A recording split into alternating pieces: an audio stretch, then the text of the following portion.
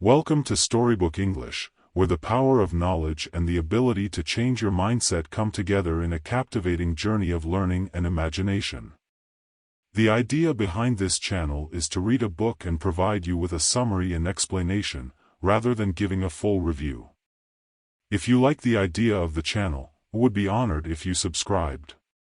Bring your favorite drink and let's enjoy.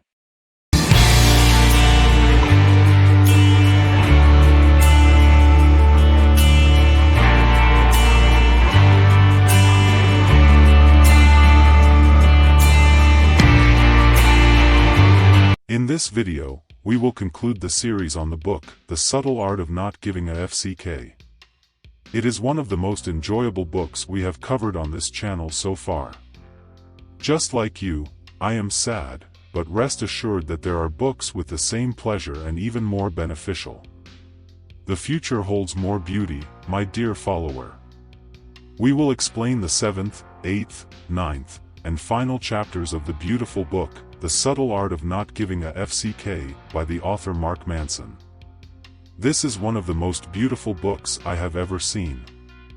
Although I have noted the key points I should follow in the video's order, I am currently in a phase of integration. Since the end of this book was somewhat strange, I will explain some of its strangeness and start from where it ended.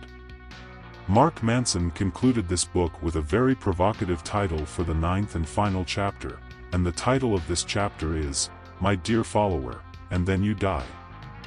Mark says, when I was 19 years old, I took one of my dearest friends, Josh, to a party near a lake in that city. We went to the party, and there was a large group of students. We were 17-year-old kids, and the party was held near a swimming pool, with a cliff at the end of it leading to the lake. The view was beautiful, and as usual, there was a visible jump from the cliff into the lake. However, the distance from the cliff to the lake was about 10 meters. This distance was enough to make you think twice and hesitate several times before jumping into the lake. Anyway, Josh and I sat down and started drinking some beer, talking about various topics that any young man at that age could discuss: football, basketball, music, baseball, studying, university, and so on. After a long chat with Josh, I decided to leave and continue the party with some other friends. After a while, at the end of the party, I invited one of my female friends to my house for a meal. I asked Josh if he wanted to join us, but he declined, saying he was intoxicated and wished us a good time. I asked him where I could find him later, and he sarcastically replied with a profound phrase that came from a person who had lost half of his mind and was deeply rooted in my memory until this day. He said, "Search for the truth for yourself, and you will see me there." So my friend and I left, and as we arrived in front of the house, we found a crowd gathered in an unusual and chaotic manner. There were ambulances and police officers. My friend immediately thought that something terrible had happened, but I felt a strange mix of normalcy and excitement. We were heading towards the crowd when we saw a group of university students. Josh asked them if anyone was there, but he didn't get a response. So, he asked them again, and this time my friend Josh was among them. There was a girl standing there who couldn't hold herself together and collapsed in tears. As soon as she fell to the ground, overcome by the intensity of her crying, the idea struck me, and I knew what had happened. And indeed, my dear follower, Mark Manson states that the authorities spent 3 hours searching for Josh in the lake, and as expected, he was found drowned and dead. The witnesses said that all they heard were the sounds of his struggling in the water after he jumped into the lake. This was the last thing we heard from Josh before he died. Losing my friend Josh was a significant turning point, the most powerful turning point in my life to this day, and his words still linger in my mind. Search for the truth for yourself, and you will see. The 7th chapter was titled, Failure is the Way to Success. This chapter didn't have many events.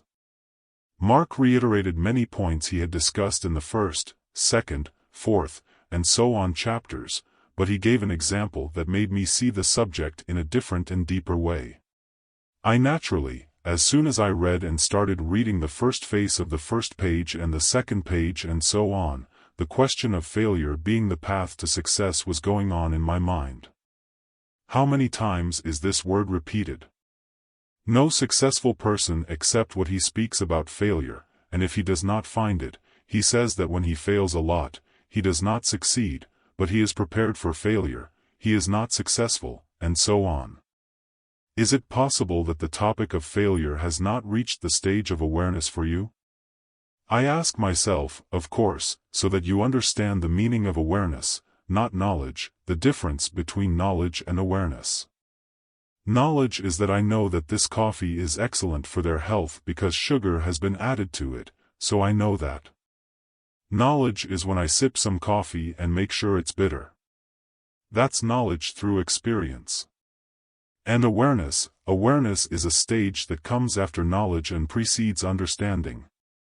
Just as I gave you an example between knowledge and understanding in the taste of coffee, let me give you an example between knowledge and awareness. This example is almost difficult to apply. Awareness is when you are in an airplane flying, and you have the knowledge that if you open the plane's door, you will fall from it. Surely awareness is that you will not open the plane's door and throw yourself out so you don't die.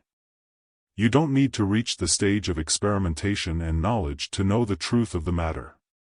Is this awareness? So, I asked myself a question: have I really reached the stage of awareness with the subject of failure or not? And I discovered, my dear follower, that the average stage of awareness, because he looks at the example I told you about the amazing thing, challenges me and convinces me completely that I really realize that failure is part of success and that I am really afraid of failure. Very strong fear. Mark gave the example of the child.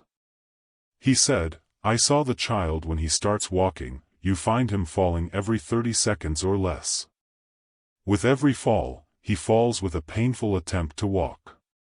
He falls on his face on the ground, his head becomes on the ground, or his hand hurts, or his leg hurts, and so on. Despite that, he continues to stand up and try to walk again. Why? Because he is not afraid of failing and falling. If you enter inside the child, you know how smart he is. And of course, children whose ages range from 1 to 4 years old, their intelligence rates are very high to the point that they exceed the intelligence rates of Einstein, Beethoven, or Leonardo da Vinci. Mark says, when you enter inside the child's mind, you won't find him saying, "Oh no, I tried. No, I can't walk. I fell, hurt my head, or hurt my face." What happens is that we repeat the attempt more than once. Okay, 2 hits on the head. I asked myself a question. If I really tried to open a specific project, for example, I tried to open a brand, for example, and failed, and tried a second time with the same brand and failed, of course, I try more than once and try for the third time and fail. Believe me, my dear follower, no matter how many times I go back and say to myself, this thing is clear. You will never succeed in it. This is exactly what Mark was talking about in the child in that stage. Let's assume, for example, that he opened by trying 90 or 120 times. He will not succeed, and this is the stage of awareness in terms of failure. No matter how much you fail, my dear follower, in anything you achieve in your life, be like a child, try, try, try. And this topic has been discussed by several philosophers. Sometimes the information is very powerful in a philosopher, but then someone comes and takes it and explains it to you in a simple way, and he flips it in a beautiful way that makes you understand it and drink it, and this is what Mark did in this book. Failure, my dear follower, is the road to success. Focus with you on the phrase that you can comprehend, like, failure is the path to success. There may be success without failure. Yes, in many successes, failure has only been mixed in small, very insignificant places. But failure is one of the paths that lead to success. For example, your goal may exist there, and there are 4 ways to reach this goal. Failure is one of them and maybe the best. This is the truth, this is my opinion, the truth and facts don't exist. I see and I believe that there is no one who says, I believe that maybe he believes what he says. Mark Manson, the fear of failure, is a behavior that is often acquired. Then they say that we are influenced by society and people, often schools influence us. When you fail in a certain matter, your family punishes you, and when you fail at school, they punish you at school. When you fail at work, all the company managers punish you. These external implications that pour into the subconscious are what make you afraid of failure because you are afraid. One of the things that result from failure is punishment, people's words, blame, and so on. So, if you reach a stage where you are not afraid of failure at all and you take the right actions and learn from mistakes and failures, you can fail without learning any point where you failed. Stop with yourself and have a frank conversation with yourself and say, yes, I failed here. What made me fail? This question is the philosopher's question that will make you learn from the experience and try again with fewer mistakes and a higher success rate, and the more you fail, repeat the same process.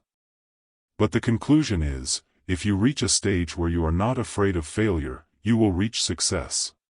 In the 8th chapter, he talks about the importance of saying no, my friend, and in this chapter, allow me to give you a summary with small details. Of course, there are many enjoyable stories in this chapter. I will not dwell on the narrative, but one of the stories says that one day I suddenly decided to resign from work and start my own project through the internet. This was after the economic crisis happened. He says, I opened a platform where I receive some social cases, divorce problems. One person explains his problem with a friend, and the other explains his problem with the manager, and so on. And I give them solutions, and these solutions come from the books I have read or from the information I have gathered. I started the project, and after there was a demand for the platform, some people started paying me money for consultations. He says, I decided to travel, and my decision to travel was not for the purpose of relaxation or tourism. He says, I had social phobia, so I decided to treat this social phobia by traveling and immersing myself in various cultures and mingling with people I didn't know. Social phobia would disappear from me. I traveled to more than 50 countries. Imagine, my friend, visiting 50 countries, as Mark did. He says, when I used to travel, I didn't know anything about the country. I didn't even know which language they spoke, whether it was English or not. He says, one of the countries I visited was Russia. Once, I went on a date with a girl. By the way, I didn't like my travel to this city in Russia at all because as soon as I arrived, I saw that everything was different in this country compared to the rest of the world. The people were different, their food was different, their clothes were different, their way of dealing was different, everything. I saw a level of dirtiness and chaos that cannot be described. He says, I went on a date with this girl, getting to know her. It was our first meeting, and this was our first question, and within 3 minutes of conversation, she looked at me and said very clearly, what you just said is very stupid.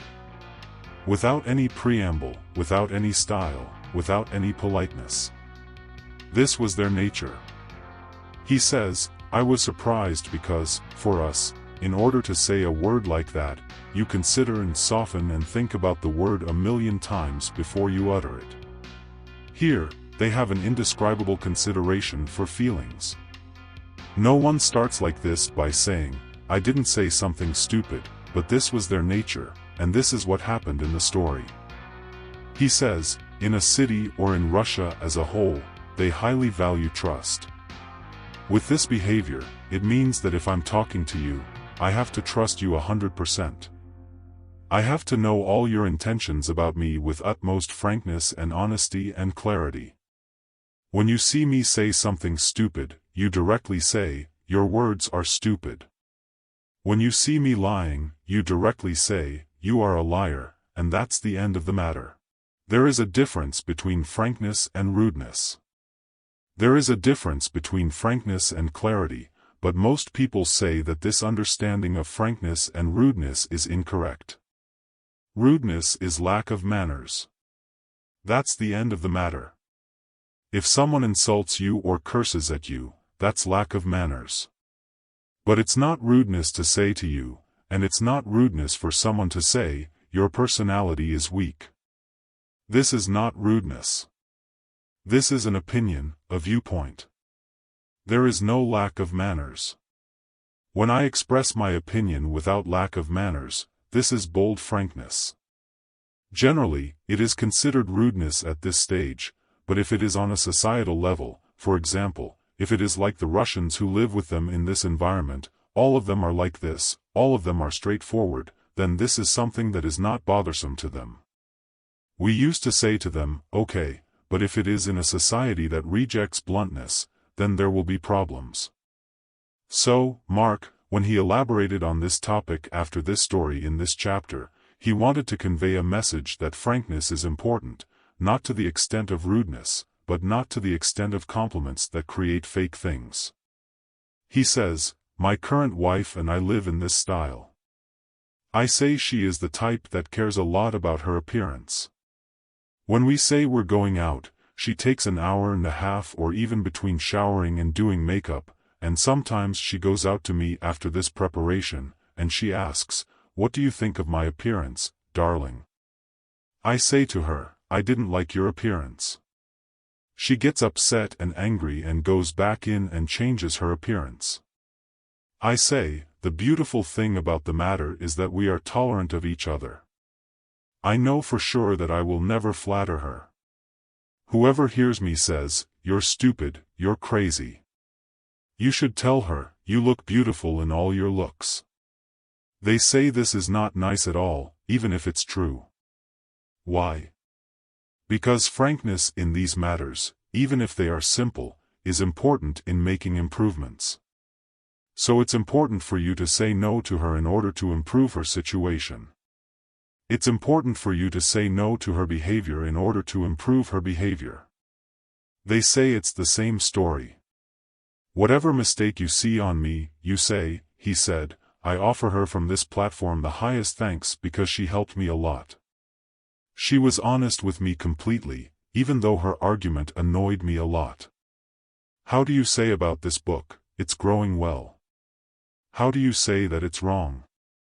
How do you tell me that your words here were trivial and lousy, but I was listening to them and accordingly wrote this book in this way? So it's important for you to say no in the times when you say no. What do you think if I start this project?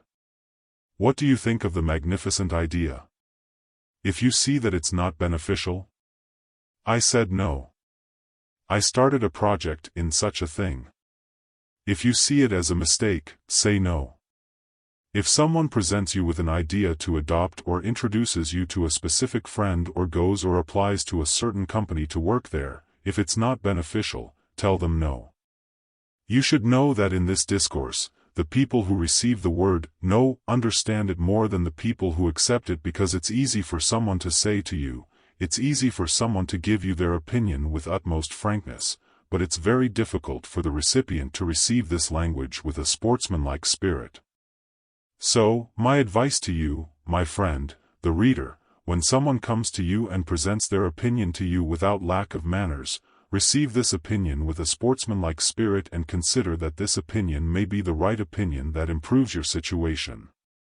Your friend who believes you and your friend who believes your friend are both honest with you, and honesty accompanies you in everything.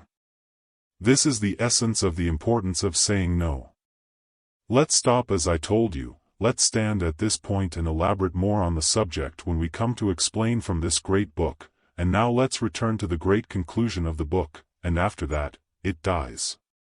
This topic is very sensitive and terrifying, believe me, and as this topic was a turning point in the life of Mark Manson, it was a turning point in my life as well, but not with the same strength that accompanied Mark, but apart from all the topics we may discuss about this topic, I will explain to you the points that Mark addressed regarding this topic. He says, Once I traveled to South Africa, and me and my friends went on a trip to climb a mountain. It happened that I reached the summit before them. When I reached the summit, there was a group of tourists there, and this summit was a cliff on the edge of the mainland that ends in the ocean. They say no one dared to approach this hole. No one dares to try to die or even take a risk at this point. However, I say, but I decided to take this risk and started approaching that edge. They say, the more steps I took towards this edge, the more my sense of perception became activated, my senses became more active and effective, my heart rate increased, and the movement of my limbs began to stiffen as if I were gradually failing. The fear of death is the reason behind that. Every time I got closer to the edge, I would say, no, enough. I struggle with myself internally and say, take 2 more steps, and the closer I get to the edge, the shorter and slower my steps become. And every time I reached a certain point, I would say, this is enough, and I would struggle with myself again and move forward more and explain many of the details that were swirling in my mind during this experience. But to sum up all this talk, I tell you that I approached the edge to a distance of 0.5 meter and saw the ocean and started to imagine my end in various forms and scenarios, and what happened is that I also decided to move forward more and reached the edge completely and looked down into the abyss and saw people like ants and heard their screams and saw buses. Then I sat down and put my first foot down, followed by the second, and I leaned back on my hands. The fear of death made me move back a little for a while until I reached the stage and apologized and started to look at life in a new and different way. Death, it is the most feared thing by any living creature, and what happened in the steps I took before is that I struggled with the instinct of survival and the ability to reach this stage. I could have lost my life at any moment. And then I began to think about this very terrifying phenomenon, and he started talking about 2 categories of people who are negatively affected by death to the extent that they reach a point of despair. They say, why should I bother with life if I'm going to die in the end? Why should I try to have a good job or build a good future if in the end, I'm going to die? Why should I get married or travel or buy or wear if, in the end, I'm going to die? And he says in this talk a very strange contradiction. He says, if there is no reason that makes you strive in this life for anything because you're going to die in the end, then there is also no reason for you to sit and do nothing because you're going to die in the end. Look, my friend, following this sentence is complicated. I try as much as possible to simplify it for you. Think about it a lot until you reach the understanding that if there is no reason that makes you strive in life because you're going to die in the end, it's the same thing. There is no reason that makes you say, no life, empty words, because in the end, you die. Both cases are the same, so it's better to live a happy, joyful, and beautiful life with experiences, relationships, family, children, and a future, rather than living a gray life until you die, since I will die in the end anyway. Then he talks about the second category of people. I agree with most of what he said at this point. He says that death is one of the deepest reasons and motivations in the human soul that determines its goals and values that it lives by. This talk is deep philosophy, but let me tell you a simpler point to go back. He says death is what gives everything value. Of course, this talk you've heard before. If there was no death, believe me, you wouldn't fear the fire or fear falling from an airplane or fear for yourself. Mark Manson died from the edge of the mountain. If there was no death, you wouldn't care about your mother, father, or brother, and you wouldn't worry about your partner in life or your children. If there was no death, you would think that you would reject it for yourself, and the evidence is yourself, and you would live a dignified life. Death, my dear reader, in our current material existence, is the aspect that has given everything value and has given your life value.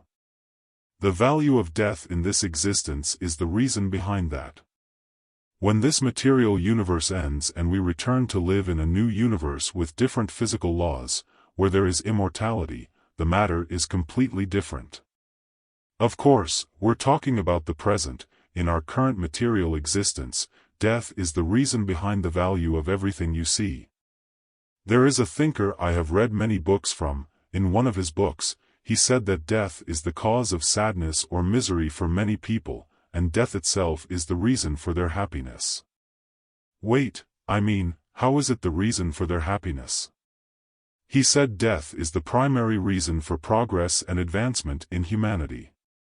If there was no death, there would be a disruption in the wheel of development and progress. Another example from reality is the family where their elderly father dies. As soon as their father dies, the family usually mourns his loss intensely, and at the same time, this family will evolve completely. Why? Because they will get rid of the mental perspectives they have lived by because of their father. The father insists that it is impossible to change this house or insists that it is impossible to leave this village, so you find that the wheel of change in this family is relatively slow compared to the wheel of change after his death. You find them changing their house or changing the city or making many changes in details like the house system, the lifestyle, the decor, and many things that don't even cross your mind. These changes lead to many positive things in the future, as well as negative things, but the witness is that change happens, and development occurs. This is what actually happened to me. I was living seriously, and I never expected to move from that neighborhood or that house, and this thing did not happen until after my grandfather passed away.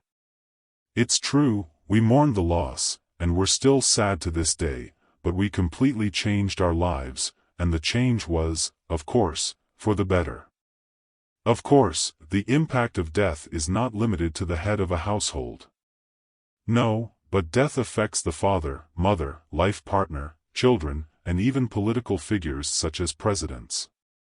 My dear reader, in all aspects, notice the change that occurs after this death, whether it's negative or positive, but most of the time there is development in change, and without change, there will never be development or progress.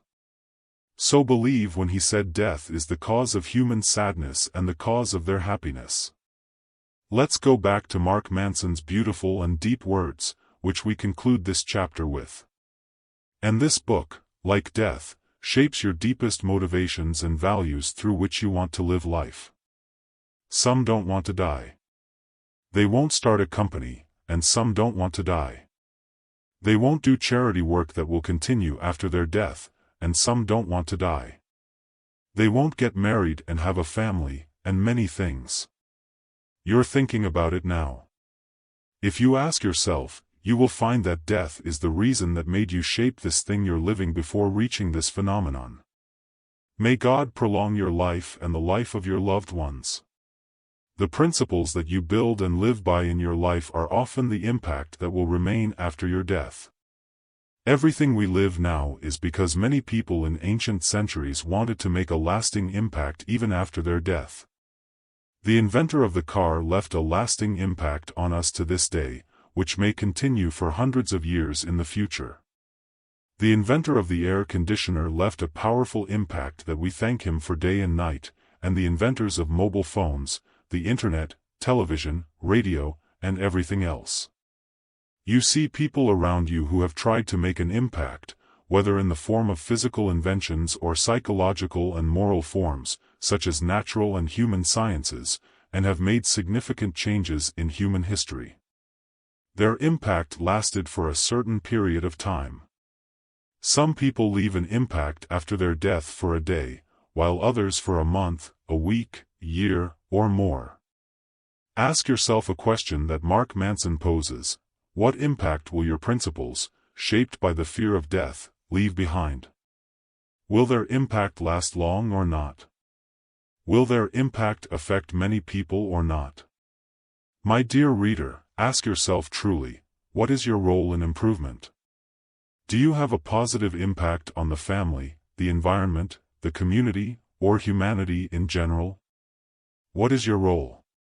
To what extent have you made an impact? How long will it last? Do you have a genuinely positive impact, or is it a burden on society and humanity? Mark Manson says when you think about death and that what remains is the impact after death, you will question many of your principles that you live by. Is it really the impact you desire after you die or not? The second habit of the 7 habits we talked about in the book, The 7 Habits of Highly Effective People. Stephen R. Covey used to say, if you want to reach your deep motivations, imagine yourself dead and see what people will say about you after your death. Think about the words they will say when you die. Will they say you were a good person? Will your mother and father truly say, "May God have mercy on him, he was truly kind"? My dear reader, what impact will you leave behind after your death? Mark Manson, with the title of this final book, seems to want to say that you have revised my book from the first chapter, delving into the art of indifference. You have read the first, second, third, and fourth chapters and have read all the things that have come your way with the purpose of improvement and development, with the purpose of becoming a better person. Then comes the last chapter as if to tell you, after that, you die, and the impact remains. So what is the improvement that you have chosen from the previous chapters? Review your principles and values because you live by them, or do you want to die by them? Try as much as possible to leave a positive impact. You must immortalize your name in history as a companion of knowledge. The most important thing is that you leave a positive impact that lives on after you, whether on a family level, a community level, or humanity in general. The larger and longer lasting, the better. Mark Manson finally says, after a long meditation session on this topic at the edge, I calmly withdrew one foot and lifted my other foot, standing on my toes very cautiously to avoid slipping and falling. After I made sure I was standing steady, I turned calmly to make sure there were no rocks I had stepped on and descended with my foot. I retraced my steps with extreme calmness. The farther away from the edge I got, the more my physical organs returned to their natural state, and the slower my heartbeat, concentration, perception, fear, and tension became, my dear reader. He says on my way back, the book ends, my dear reader. I hope this series has been very meaningful and beneficial to you, and I hope I have conveyed it sufficiently and adequately. Yes, I highly recommend this book. If you liked this series or this video, share the series or share this video with others. And if you appreciated the efforts in both the series and this episode, express your thanks and appreciation. As I said, you will benefit from reading without actually reading. Subscribe.